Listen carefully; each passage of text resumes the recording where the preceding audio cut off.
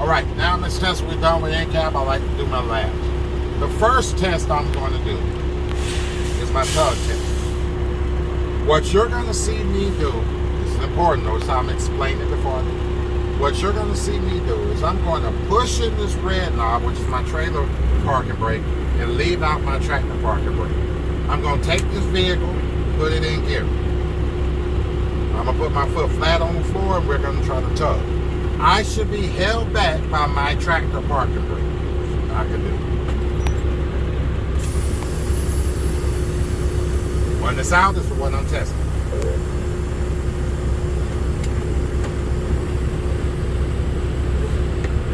Don't hold the brakes. If you hold the brakes, how you know you're not going nowhere because of the brakes, right? Watch it. Nice and smooth. As soon as I feel a tug.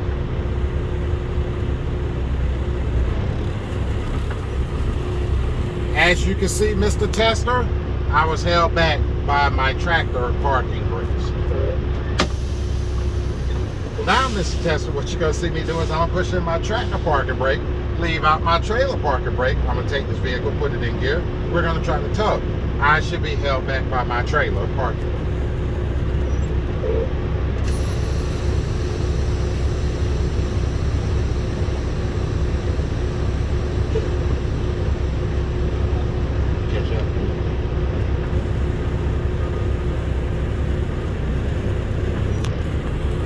As you can see, Mr. Tester, we were held back by my trailer parking brake. That lets me know that my parking brakes work perfectly. They both, by themselves, hold the truck in place.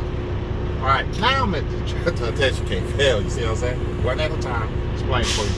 All right. Now, Mr. Tester, I'd like to start my second lab, which will be my applied pressure test.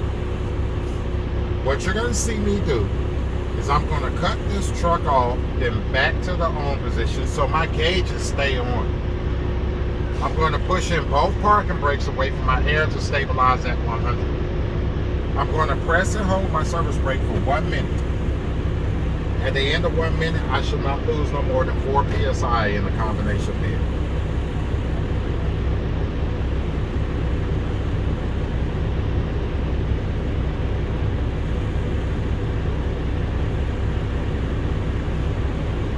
Now I can do it. Gauges are off.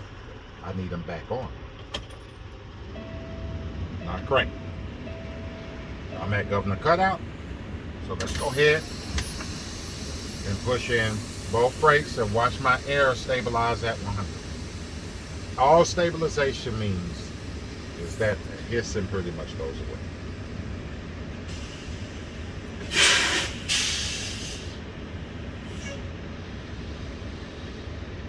All right, so I actually stabilized about 110 and one gauge and 115 in another gauge. Not my problem. That's what the truck did, as long as I didn't miss that. Again, if it's a truck's fault, you keep it moving. If it's your fault, you gotta start over. All right. So I actually stabilized it. Now I'm going to press and hold the service brake for 1 minute. Again, I should not lose no more than 4 psi in this combination.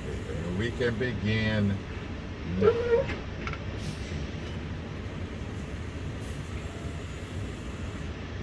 Again, thank you. We didn't do it, but the chalks are out. 6 inches away, right? Can I ask you about that? Here's where people mess up at while we're waiting on this micro. This is what they do. I'm going to purposely mess up. Say you press, they all the way down. This is what students do. They push all the way down. Then about 45 seconds in, their legs start shaking and shit. They want to adjust. Then they do this. That's my fault. I released air. Now I'm way over 4 psi. You got to be steady here. The test cannot hear no air release because that's your fault. That means you moved your leg. Right. The other thing that they mess up on is they cut the truck off, never cut it back on. Then they wondering why the gauge is reading 0.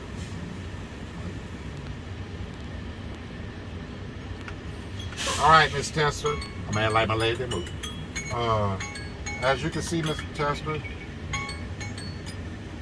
I have not lost no more than 4 psi in the combination figure. Again, the scenario is I did not move. Right. Truck is off, still on, gauges are in. Let them stay in. Don't go out there and just pull them out.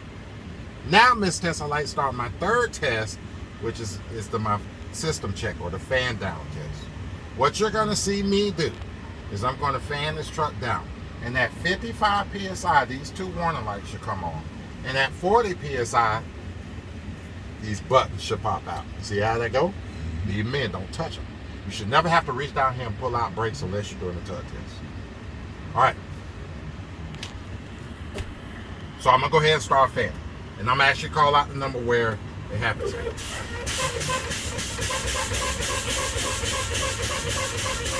As you can see, my primary light came on right at about 65.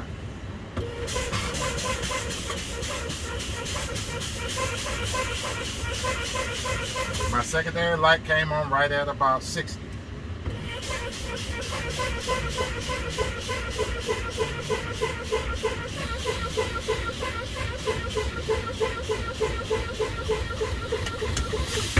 There's my trailer emergency spring brake. It came out and the primary was at almost 0, like 5, and the secondary is at like 30. So let's see when we can get the tractor pop out. There you go. All right, so now I'm definitely at 0 on my primary and 25 on my secondary. All right, now I want to do the second part of the system check. What you're going to see me do is I'm going to conduct a safe start, get the truck cranking. I'm going to hire this truck between 10 and 1500 RPM. I want to talk about 3 things. One, the first thing I want to talk about is my governor cut in. At 100, my governor should cut in. 2, at 125, my governor should cut out, meaning the system is full. Then 3, at 150, that safety release valve kicks in and releases in the excess air. So let's watch the gauges and we can see all that happen. All right, so safe start.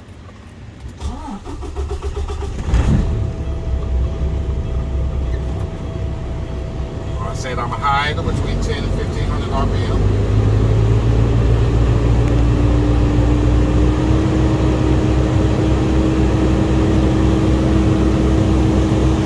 Tell them when the warning lights go off if you want to. No harm, no foul if you do. But if you're going to sit in here and do it, because you have an option, I can just go ahead and get out. I told them everything. I can get out and get my chalks right now. But me, I like to rush it. Get it on through. Because if it's just idling building up, it's going to take forever. So I'm going to idle and get in there. Since I'm going to sit here with my tester, I'm going to go ahead and tell them everything. All right, my primary light just went off at 6. As you're going to see, the primary gauge is going to shoot to 100. And it's going to be still at 100. It's going to wait for the secondary gauge to catch up to it at 100. So it's going to stop right there. And now this secondary gauge is going to start moving. When the secondary gauge gets to 100, they both will take off toward governor cutout at 125. Now my secondary warning light just went off at 60.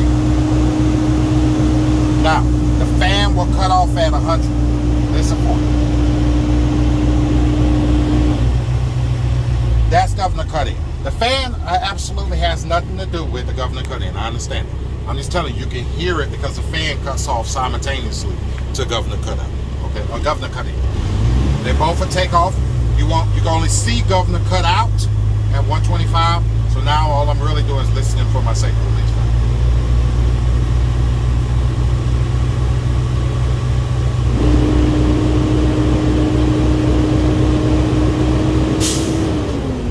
Alright, so I got my safety release valve. Now, Miss Tester, if you excuse me, I would like to retrieve my chalks. Get out, 3 points of contact, secure them in the box, hop back in, 3 points of contact, seat belt on first. Before I do anything, before I even start freaking talking. Alright? Now, Miss Tester, I got my chalks up. I like to do my last test, which is my 5 mile per hour. What you gonna see me do?